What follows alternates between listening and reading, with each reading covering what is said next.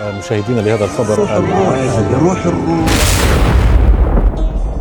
القدس، غزة، فلسطين، كلمات بنسمعها كتير دلوقتي. يا ترى الأماكن دي موجودة فين وإيه حكايتها؟ تعالوا نشوف. فلسطين دولة عربية موجودة في قارة آسيا، بتبص على البحر المتوسط وليها 4 جيران: لبنان، سوريا، الأردن ومصر. فلسطين دولة جميلة فيها مدن كتيرة وقديمة جدا، بس أهم مدينة هي العاصمة القدس.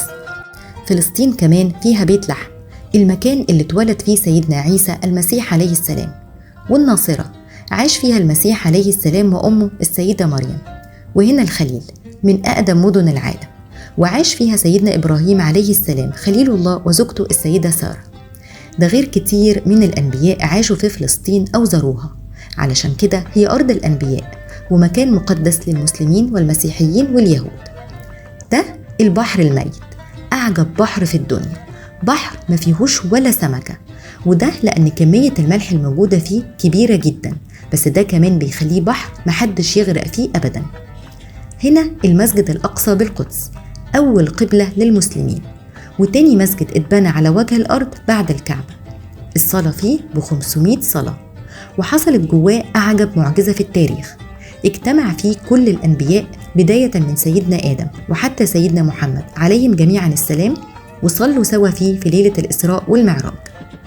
وهنا كنيسة القيامة بالقدس، بيؤمن المسيحيون إن المسيح عليه السلام صلب في المكان ده وقام منه إلى السماء. فلسطين أرض الخير، مليانة أشجار وغابات وزهور نادرة. أحلى عنب تاكله في الخليل، وأجمل برتقان مزروع في يافا.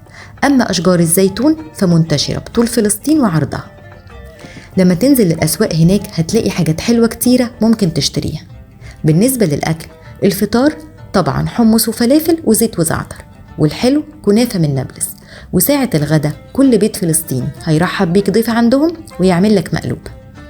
الجدة الفلسطينية بقى أشطر خياطة، بتعمل عجايب من الخيط والإبرة، وتطلع منهم أحلى أتواب وأشيك تصميمات.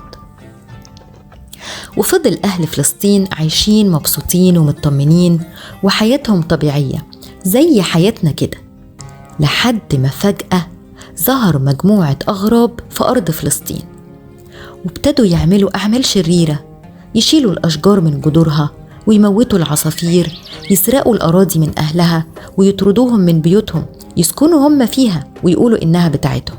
تصوروا، عايزين يحتلوا فلسطين. ودلوقتي الأشرار دول بيضربوا بقوة رهيبة في كل حتة وفي كل حد. بس طبعا دي مش النهاية، مش ممكن أبدا في نهاية أي حدوتة إن الأشرار ينتصروا. لازم يجي يوم يكتر الخير وينتصر، ويرجع الحق لأصحابه تاني.